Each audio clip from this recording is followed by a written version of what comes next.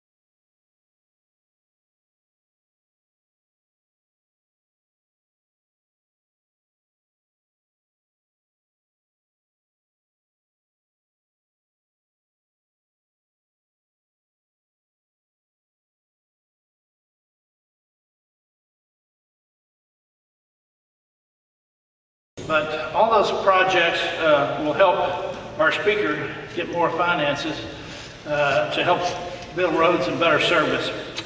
And so I brought today a friend of mine, not just the judge, but Bill Gravell, who I've known for 12 years, probably more than most of y'all in the room anyway, he and Jill. And I met them in Gerald when they were, actually they went to our church, but they needed a building built across the street from the McDonald's there. It was a tenant build out for a church. So he was a pastor plan. So we built that, but they weren't hardly finished before they needed another building. And so we helped them build a new building on the east side by the high school. I've always found Bill to be considerate and supportive of all types of people, but particularly teens and preteens.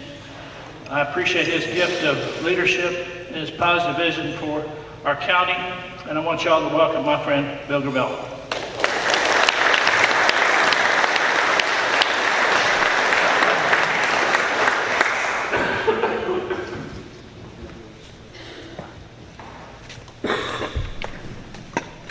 Good afternoon. Let me try that again. There's no enthusiasm. Good afternoon. Good afternoon. My name is Bill Gravell. I serve as your Williamson County Judge. I've been on the job for 227 days. And according to my senior staff, I've made about 300 mistakes. I enjoy serving as county judge, but I have to tell you, I served previously as Justice of the Peace here in Williamson County Precinct 3, and I thought that was the most difficult and complicated job I'd ever done in my life until I became county judge. You know, folks don't often understand that you may have the title county judge, but that is really just a figurative title. I handle no judicial functions. I'm the Chief Executive Officer for Williamson County, and I have no financial authority other than when the 5 members of the Commissioners Court come together and we make a decision. And you would say, well, Judge, that's easy. There's 4 Republicans and 1 Democrat. You always reach a consensus. And I would tell you it's a whole lot more complicated than you'll ever know. I have enjoyed my first 227 days in office. But before I share with you a little bit about the future, I would like to share with you some thoughts that I shared yesterday at Commissioners Court. About 15 days ago, I became aware of some actions by an employee in our sheriff's office. And for any of you that understand the authority in county government, as the county judge, I have absolutely no power and authority in the sheriff's office. Only the sheriff does. Our job in county government is to provide the funding, the tools necessary for them to be able to effect and do their job. But about 15 days ago, I received an email while on vacation from a local reporter going, Judge, why did you like this social media post some 2 years ago? And I said, what are you talking about? She sent me the social media post, and I saw the image, and I was horrified. And I said, well, what are the words that are associated with the post? What is this about? And it was a social media post that I liked 2 years ago, and I was wrong. I liked it because of the content of its words, but I never paid attention to the image. And I don't know about you on social media, and I'm certainly not justifying my actions because I made a mistake. And I think when you make a mistake, you own it. That's what leadership does. I liked a post that I shouldn't have. I've liked thousands of posts during that time frame. I'm liking a whole lot less posts in the last 15 days. Not because it was humorous today, but because it was offensive. I also became aware, and I want to be unequivocally clear as your county judge, that there has been an employee in our sheriff's office that has done several things. And as your county judge, Mark, I was unsure how to go and how to lead because it's not an employee that I have authority over. It's someone that because of my actions I've been criticized for what I did some 1.5 years ago, rightly so. I went to legal counsel, I sought advice, I have prayed because I care more about honoring my Lord and the people of Williamson County than anything. And after much thought and prayer and consulting with attorneys, and if you want to make a mighty simple thing complicated, involve an attorney. No offense, Billy Ray, but I did get a picture of you with the bandana on. I thought about it on social media, and then I decided, nope, not going to do it. Yesterday, this is a statement that I made at our Williamson County Commissioners Court. Starting, effective immediately, we've added $5,000 to our line item budget for sensitivity training. It goes by a new name now, but it's workforce training. We need to train all of our county employees on how to treat others appropriately, regardless of race, regardless of gender, because kind just really matters. I've instructed our head of human resources to design a program that works for all of the county employees that I'm responsible for. And I may not be responsible for the ones at the sheriff's office, but there's probably another 1,200 employees that I am responsible for. And you have my word and my commitment that I'll be the first one sitting in that class. The second thing that I did yesterday at Commissioners Court. Often people point fingers at leaders instead of where fingers should be pointed, and I want you to hear my heart. Commander Steve Deaton is not an honorable man, and he should not be serving in our Williamson County Sheriff's Office. And yesterday I called on the commander, if there's any shred of dignity left in his life, to step down and resign. Because we do not demean women, we do not disrespect women, and we do not mock or make fun of women, period. I've remained silent for 15 days because I needed to follow the law, but as your county judge, I'm going to lead because the future matters to me. In the days ahead, you're going to see that the Commissioner Court will take more steps where we do have authority and jurisdiction, because by golly, if you're going to live in Williamson County and carry a badge and a gun, you're going to honor the people of Williamson County.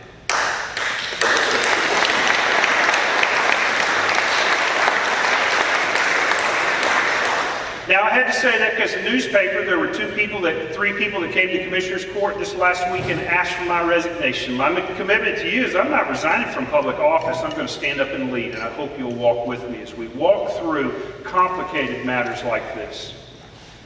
3 days ago, my granddaughter called me. Her name's Brindley, and Brindley's in the 6th grade. She's in 1st grade at a brand new school, Igo Elementary School in Gerald, Texas.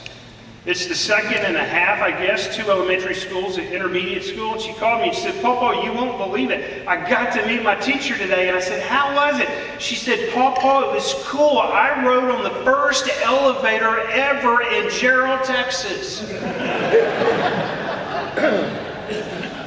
2 of my grandkids go to Gerald. I was born in Georgetown, raised in Round Rock, Williamson County's home.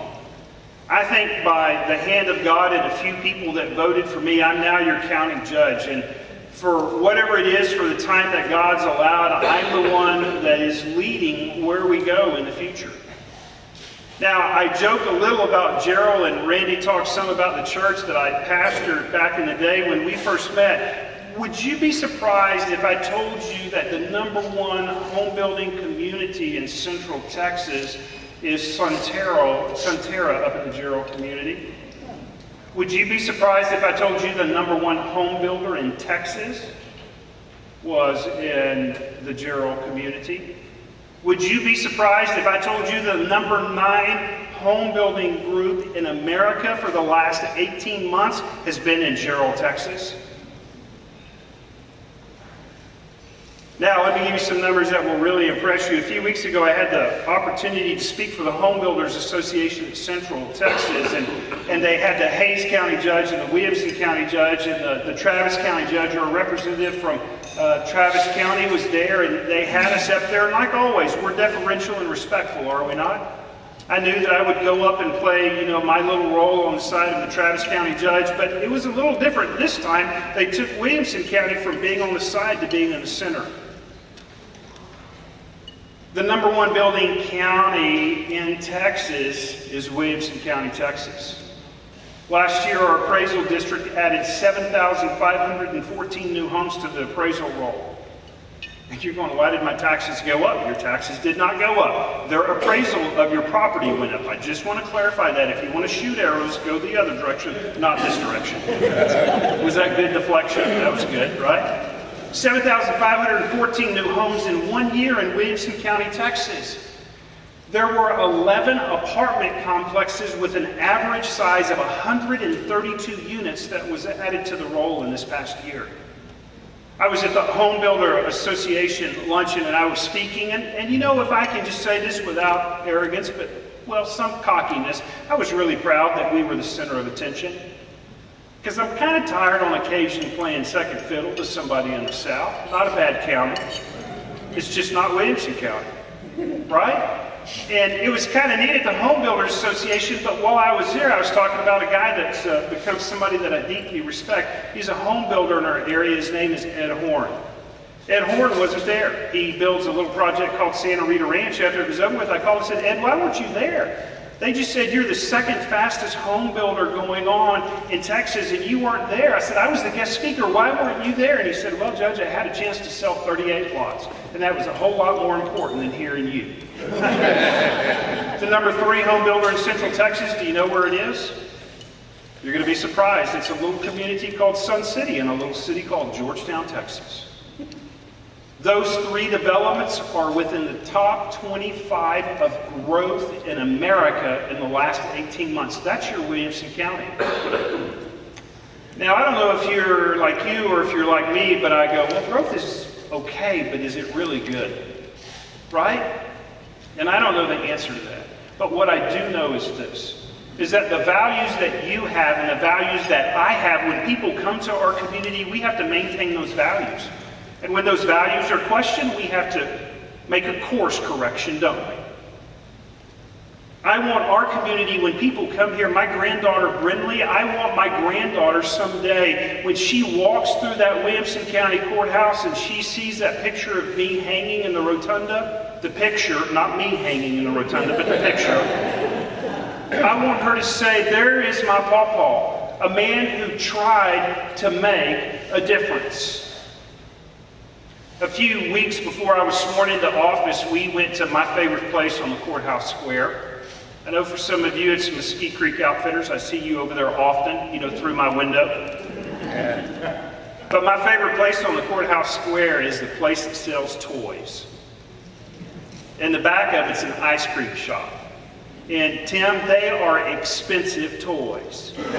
And I buy every toy that I can there that makes the most noise that I can, and I give it to my grandkids to take home to their mama and daddy. My granddaughter and I got ice cream, and it was about 2 months before swearing in, and we were standing at the front window, kind of, well, it was actually after Thanksgiving, so about a month before the swearing in, we could see the Christmas lights just coming on. And I said, what do you think, Brindley? Is that pretty? And she says, Pawpaw, that's your castle. She comes to see me. She has to go visit Pawpaw's, his castle. So you just need to know, you may call it the Williamson County Historic Courthouse. Some of you may call it the most beautiful town square in America. But it's really Pawpaw's castle. When you're around my granddaughter, at least afford me that dignity. Now, why do I tell you that story? Everything that we do is about affording that grandchild the right and the privilege to live in this community and to be a part of the most amazing place on planet Earth. In Williamson County right now, from the big picture perspective, we have $4 billion projects that are currently in process or currently under construction. I don't know if you've been to Round Rock lately, but I never thought there would be a day that I would see cranes in Round Rock. And I don't mean cranes on the Brushy Creek either. I mean cranes where Kalahari's is at. And what's interesting is you think about Kalahari's. Kalahari's one of the smaller projects currently right now that the county and the cities are partnering on. It's only a $600 million project. Isn't that staggering? 1,000 hotel rooms, over 200,000 square feet of conference space, a water park that my grandkids are going to make me go to, and I'm going to be proud to do it because it's in my Williamson County. But that's a small project. There's another project going on in the Austin part of Williamson County. It's a little computer company by the name of, well, I always say Dell there, just in honor of Michael Dell, but it's the Apple campus that's beginning, with over $1 billion of improvements that's coming in. There's another project going on in Hutto. It's in process, but it's closer to the end and the beginning and the development and the design. But another project called Perfect Games or Precise Games. A baseball complex, a hotel complex. It's 42 baseball fields. I never remember 42 baseball fields in Hutto. I really don't. I remember about 42, pieces of farmland going out that way to Taylor. And it goes on and on. What about the United States Tennis Association project that's breaking ground on 1431? It's only another $1 billion project, and it's going to be the headquarters for the United States Tennis Association here in Texas.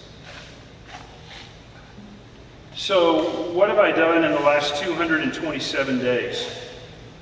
I've made some mistakes, but I've tried to do some good things as well.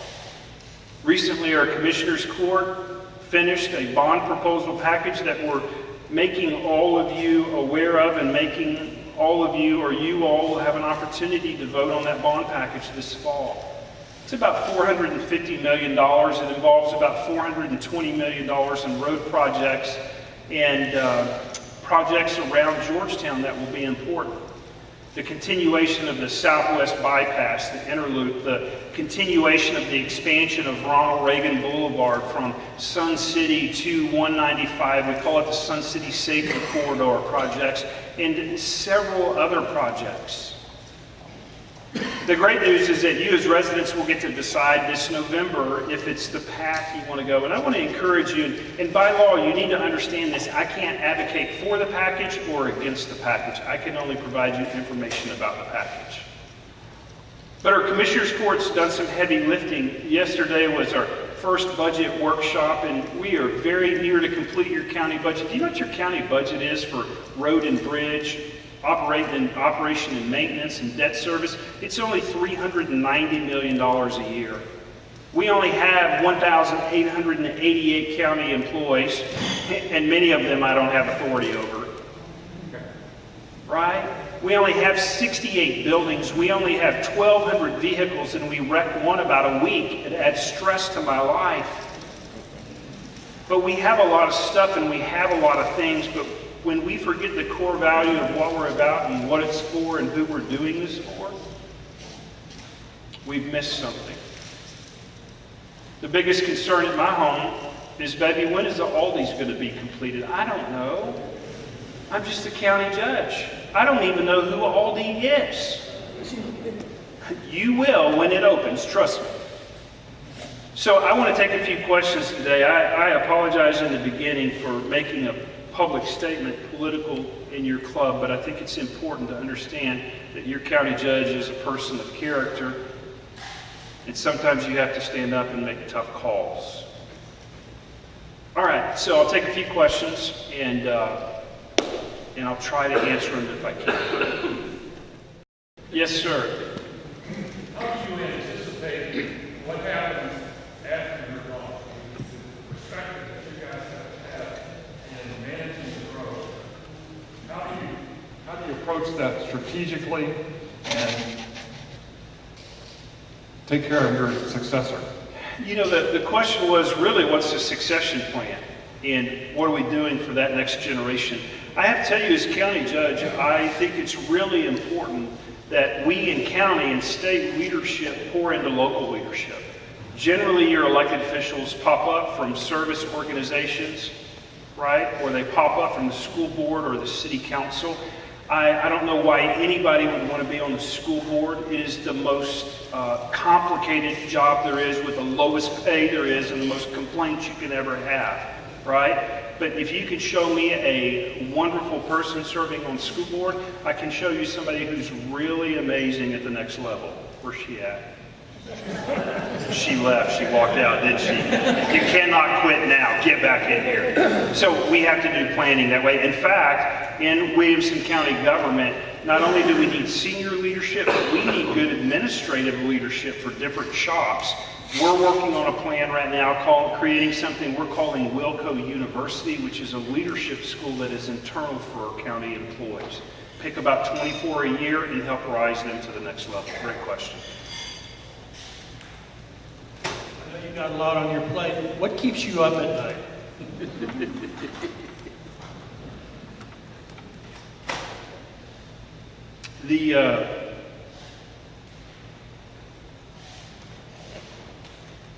I'm the head of emergency management for Williamson County. What keeps me up late at night is, are we prepared for El Paso? And what is our response? In my mind, it's no longer if, it's just a matter of when. In emergency management, all we do is practice and drill all of the time. The problem is you've only got one opportunity to get it right. What keeps me up late at night is making sure that we're going to be ready on that darkest day. All right, Judge. This may be an easy one. We'll see the tax caps that were passed in the legislature this year. What impact will that have on the county budget in terms of just handling the normal growth of that you've talked about and we're experiencing, and how will that impact the budget going forward? So the budget great question. The budget we talked about yesterday and we're working on looks like we're going to add about 40 county employees right now. We're adding a few $1 million to a $390 million budget. I want to say this though, and I'm proud, because I think it's just an example of past great leadership. This is where Dan Gaddis left us. If the revenue cap were in place right now, with the budget that we looked at yesterday, we would only have to trim about $81,000. And I know that sounds like a lot of money, but it's not a lot of money in a $390 million budget. Now, part of our blessing, though, is when you add $5.8 billion in new appraised property value, that makes it easier. It's going to be much easier for us. And where our county budget went different than the county to the south that gave pay raises of 30% to elected officials, we thought we would do something fiscally responsible and give a pay raise of 3%. And even with that pay raise, and I want to brag about some judges that aren't here, 2 of our judges who could have received a higher cap by state law opted not to, and to receive a lesser amount. And the reason I said that is John McMasters would never tell anyone that, and never would Doug Arnold. But they're senior judges that have years of tenure. So I think we're positioned well going forward and for the future with our county budget. Judge, this Rotary Club works very hard to serve our community in Georgetown, Williamson County area. And so I have a simple question for you, because we're constantly looking to how we can make a difference. And that question is, from your perspective, what is the best way we can do to make a difference in Williamson County? So there are 2 projects 2 groups that are important to me, other than what we currently budget for or the dollar amounts that we currently budget for. One, and hear my heart on this, is our CASA volunteers. Our CASA volunteers are advocates in the courtroom to help people walk through difficult times, walk through some of their worst times. That's important to me. That's where Jesus said, when you saw me and I was hungry, did you feed me? Or I was thirsty, did you give me something to drink, right? The second part that's really passionate for me is our Children's Advocacy Center. As a Justice of the Peace, I handled death inquests, and I signed over 18,000 arrest warrants in 6 years. I suspect that probably 1,000 to 2,000 of those arrest warrants were crimes against children. I've said this publicly before, the most valuable building we have in Williamson County is our Children's Advocacy Center. And this fall, I'm going to do something unprecedented as a county judge. I'm going to try to persuade our Commissioners Court for the county to spend $5 million to expand our Children's Advocacy Center just so we can meet the current needs in Williamson County. I don't know, when I think about how you pour back into the community, and you guys, like your early act first night, right? I sing that in Gerald. I know my grandkids are going to get to experience that. I think that's important. But when I think of things where I'm investing my time, effort, thoughts, concern, and my focus, it's our criminal justice system and our CASA, and making sure that they have the resources and our courts have the right resources to help them be successful.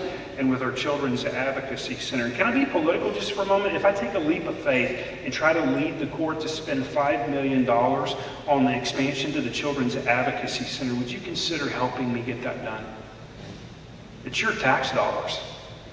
And if you need proof on why we're doing that, let me take you there on a day as battered kids are coming in. Thank you very much. Yes, sir. Judge, we have residential and commercial development occurring at unprecedented levels.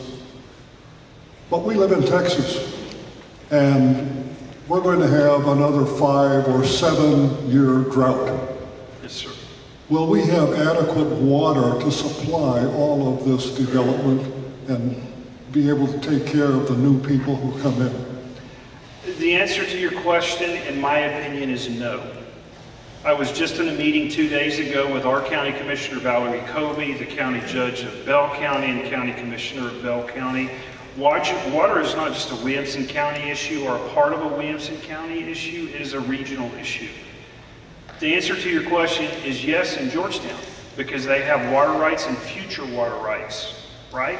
Round Rock has taken that initiative and that leadership, or some of our cities have. The small community of Jarrell and several groups just spent $12 million to bring a water line from Lake Granger up to Jarrell. The reason I said no is this. We've got to have a regional approach for the commercial that is coming into our community. One of the things that I'm really excited about Kalahari, and I didn't know this until I knew this, but all of their, not gray water is going into their cooling system. So it's recycled water. And on major projects like that, we have to be thoughtful. Now, how do we solve that problem? I think it's the responsibility of the county to pull cities together along with other counties to come up with a regional solution. Let's not say no, let's say how can we do the heavy lifting together. Judge, you have done a great job of explaining how rapid the growth here is. The last figure I saw estimates our population of about 609,000 in Williamson County. Do you know what the population projections are for 5-10 years from now? The 2032 forecast that I saw from Campo, which is our regional transportation group, 2030 put Williamson County at a population of about 1.1 million. And they believe that that's a conservative projection. So so if you think about the 7,514 new homes that were added to the roll last year, that's 20 homes a month. I mean, I'm sorry, is that right? 20 homes a day. Think about that. When you add the apartment units, that's 20 new move-ins a day. I see Brad Curley in the back giving me the holy hook, which means my time's up, and I apologize. God bless you, and thank you for letting me serve you here at Williamson.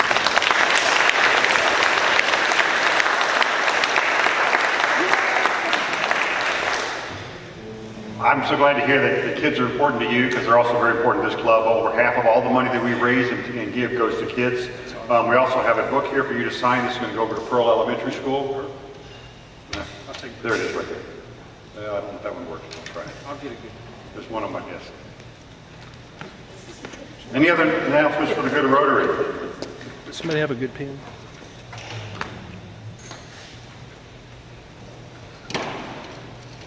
Please check your trumpet for any upcoming events. Please join me in reciting the four-way test.